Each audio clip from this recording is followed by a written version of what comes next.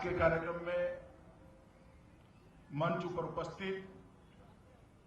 महामहिम राज्यपाल हिमाचल प्रदेश और इसी गुरुकुल को जिन्होंने अपने विचारों से, कर्मों से, कर्तव्य से सींचा, ऐसे आचार्य देवव्रत जी, हरियाणा के यशस्वी मुख्यमंत्री श्रीमान मनोहर लाल जी, भारतीय जनता पार्टी के राष्ट्रीय महासचिव डॉक्टर अनिल जैन जी, हरियाणा प्रदेश भारतीय जनता पार्टी के अध्यक्ष श्रीमान सुभाष बराला जी, डीएवी के अध्यक्ष श्रीमान पूनम सूरी जी, श्री अनिल विज जी, कैप्टन अभिमन्यु जी, श्रीमान धनखड़ जी, श्री कर्णदेव कंबोज जी, श्री कृष्ण पवार जी, आचार्य विजयपाल जी, श्री सुरेश भट्ट जी, उपस्थित श्री रतनलाल कटारिया जी, उपस्थित सभी महानुभाव और आज के 104वें वार्षिक महोत्सव में उपस्थित गुरुकुल के सभी विद्यार्थी और आर्य युवा सम्मेलन में पधारे हुए सभी भाइयों और बहनों, आज सबसे पहले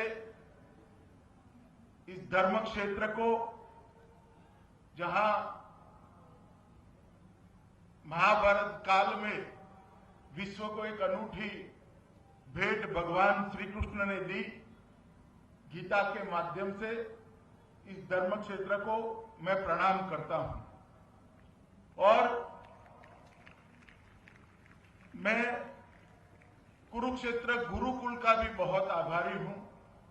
कि आज इस वार्षिक उत्सव में मुझे यहां निमंत्रित कर एक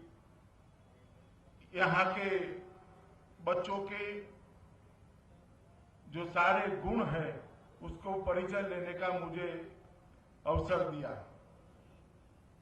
मित्रों, बहुत समय हो गया, धूप भी कड़ी है, मैं लंबी बात करना नहीं चाहता, मगर मैं कुरुक्षेत्र गुरुकुल में हूं और यहां पर स्वामी श्रद्धानंद जी ने जो एक शुरुआत की है, एक बीज बोया था, इसका एक विशाल वटवृक्ष जो मेरे सामने मुझे दिखाई पड़ता है, उस भूमि पर अगर मैं दयानंद सरस्वती जी की बात नहीं करता तो मैं मानता हूं कि मैं मेरे कर्तव्य से पीछे भागूंगा। मैं उसी धरती से आता हूं जहां स्वामी दयानंद जी ने जन्म लिया और ऋषि दयानंद ने जन्म भले गुजरात में लिया, उनकी कर्मस्थली यही पुराना पंजाब और उत्तर भारत का क्षेत्र रही। 19वीं शताब्दी में जब दुनिया के अंदर औद्योगिक क्रांति हो रही थी, कहीं मूढ़ीवाद, कहीं साम्यवाद, भौतिकता की परम सीमा की ओर दोनों विचारधाराएं आगे बढ़ रही थी, उसी समय ईश्वर निर्मित नियति ही थी कि भारत के अंदर अनेक जगह पे, अलग अलग प्रांतों में, अलग अलग भूखंड में, भारत में अनेक महात्माओं ने एक साथ जन्म लेकर हमारी आध्यात्मिक विरासत को फिर से एक बार ऊंचाई देने का काम किया। सदियों की गुलामी से हमारी आध्यात्मिक विरासत पर जिस प्रकार की धूल जमी थी, उसको उड़ाने का काम, उठाने का काम वो सभी ने किया।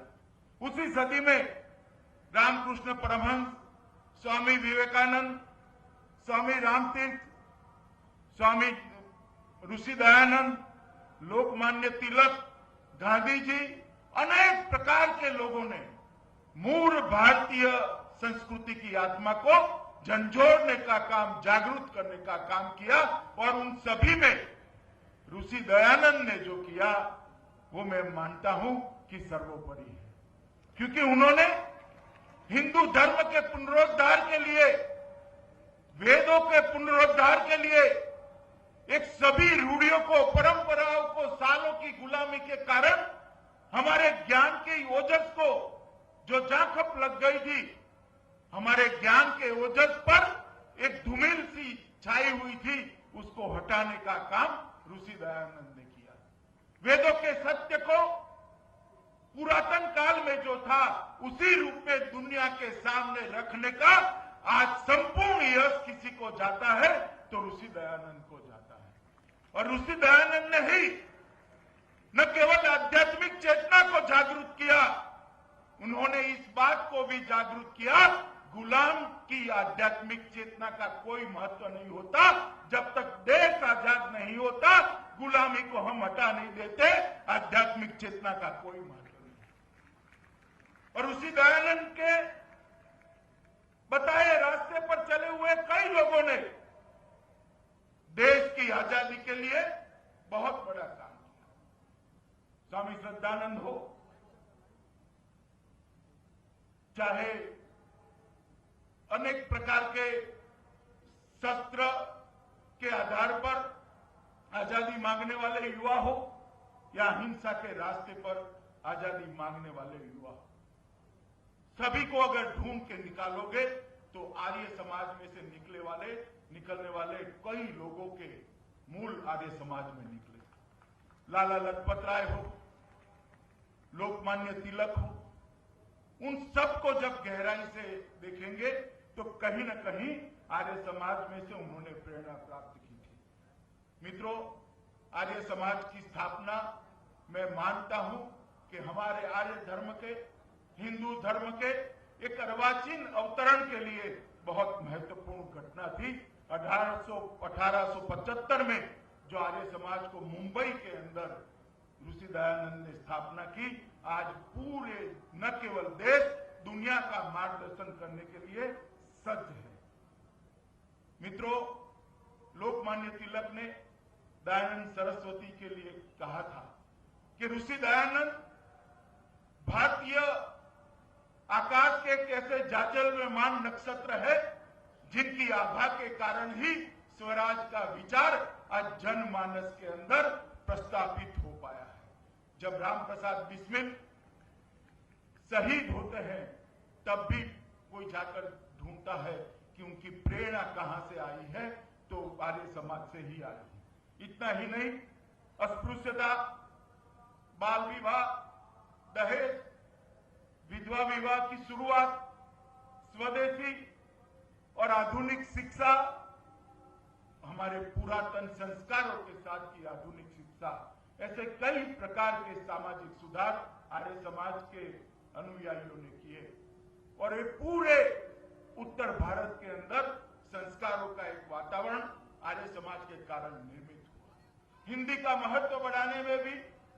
आर्य समाज की बहुत बड़ी भूमिका रही। संस्कृत प्रचुर हिंदी का शुद्धिकरण, इसका तस्मसीकरण करने का अगर किसी को यश जाता है तो आर्य समाज को ही जाता है। और गद्य इस नई शैली में उन्होंने प्रस्तापित किया कि इसके द्वारा खंडन भी होने लगे, मंडन भी होने लगे और शास्त्रार्थ भी होने लगे। हिंदी में शुद्ध हिंदू धर्म की परंपरा खड़ी करने का काम आर्य समाज ने किया। उन्होंने एक नारा दिया था ऋषि दयानंद ने, पुनः वेदों की ओर चले, और वो नारे के कारण ही आज हम यहाँ पर खड़े हैं। स्वामी श्रद्धानंद और महात्मा हंसराज ने जो शुरुआत की, मुझे बताया गया कि कम से कम 1 लाख युवा आज ये आर्य समाज की तत्वाधान में हमारी मूल भारतीय संस्कृति की मूल आत्मा को साथ में रखते हुए आधुनिक शिक्षा लेने का काम कर रहे हैं। आचार्य देवव्रत जी आज तो गवर्नर हैं, हिमाचल के प्रदेश के महामहिम गवर्नर हैं, मगर इन्होंने इस गुरुकुल के लिए जो किया है उसको मैं भली भांति जानता हूं। एक व्यक्ति सालों तक, 30-35 साल तक किसी भी प्रसिद्धि की आशा रखे बगैर अपना कर्तव्य मानकर समाज के युवाओं को सही रास्ते पर ले जाने के लिए निस्वार्थ भाव से तपस्या करता है, तब इस प्रकार का आज गुरुकुल कुरुक्षेत्र जैसा वटवृक्ष दिखाई पड़ता है। और मित्रों, ऐसे कई आचार्यों ने गुरुकुल परंपरा में और आर्य समाज की परंपरा ने आगे बढ़कर देश की आध्यात्मिक धरोहर को संभालने का काम किया है, उसको और ऊंचाई देने का काम किया है। मित्रों, आज देश में एक ऐसी सरकार है जो चाहती है कि देश विश्व का सबसे समृद्ध देश बने, विश्व का सबसे ताकतवर देश बने, विश्व का सबसे सुरक्षित देश बने। ये सभी हम करना चाहते हैं, पर नरेंद्र मोदी के नेतृत्व वाली ये भारतीय जनता पार्टी की सरकार चाहती है कि समृद्धि तो आए, शक्ति भी आए, सुरक्षित भी बने,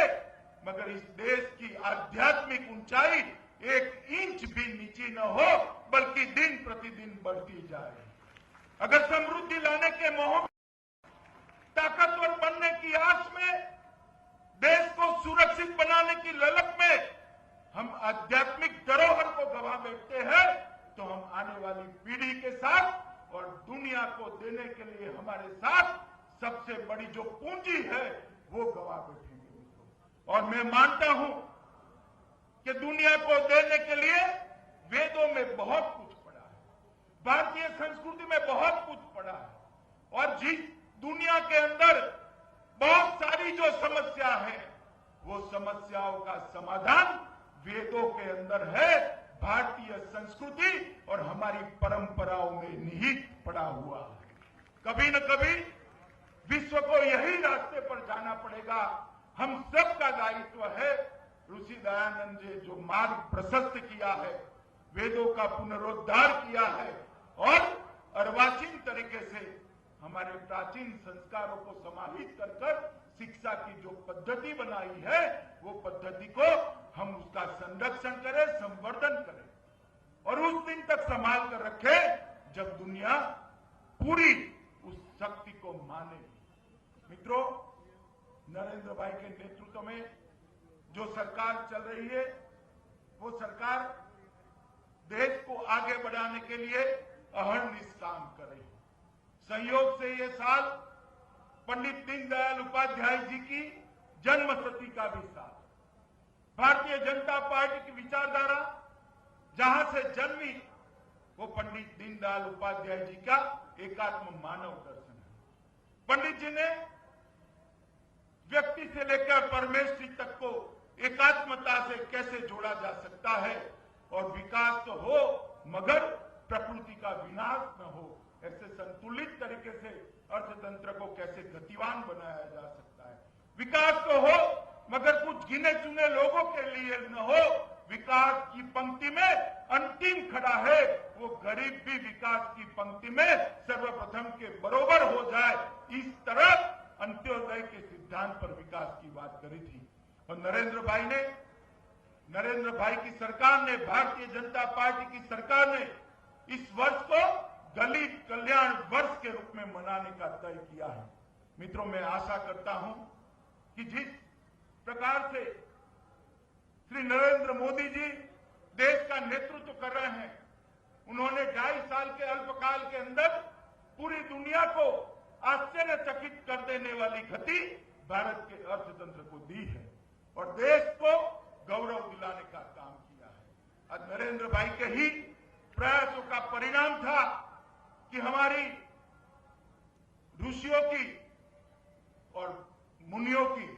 एक धरोहर थी योग, उसको आज पूरी दुनिया स्वीकार कर दवाई बगैर के जीवन का माध्यम मानने के लिए तैयार हो गई और पूरी दुनिया योग दिन मनाती है। नरेंद्र भाई है जो विदेश से कोई भी महानुभाव आता है, राजनीति आता है, तो उसको एक छोटी सी गीता देते हैं और संदेश देते हैं, गीता में ही दुनिया की सर्व समस्याओं का समाधान पड़ा हुआ है। मित्रों, मैं आज इस मंच से आर्य समाज के रास्ते पर देश भर में करोड़ों परिवार चल रहे हैं, उन सभी को मैं कहना चाहता हूं कि भारतीय जनता पार्टी और भारतीय जनता पार्टी की सरकार आर्य समाज के विचार और आर्य समाज का जो काम चल रहा है इसका समर्थन करती है और तहे दिल से भारतीय जनता पार्टी मानती है कि आर्य समाज का रास्ता जो ऋषि दयानंद ने हमें बताया है वो रास्ते पर न केवल भारत का विश्व का कल्याण पड़ा हुआ है, उसी रास्ते पर हम कोई शंका रखे बगैर आगे चलते जाए और देश के साथ साथ विश्व कल्याण के रास्ते पर भी आगे बढ़े। मैं फिर से एक बार यहाँ पर कुरुक्षेत्र गुरुकुल ने मुझे आमंत्रित किया, इसके लिए उनका बहुत बहुत धन्यवाद करता हूं। और मुझे आज सुबह ही मालूम पड़ा कि एक आर्ष विद्यालय भी यहाँ पर चलता है और इसमें 40 ब्रह्मचारी अध्ययन कर रहे हैं। मैं उन सभी ब्रह्मचारियों के चरणों में, इनके श्री चरणों में प्रणाम कर मेरी बात को समाप्त करता हूं।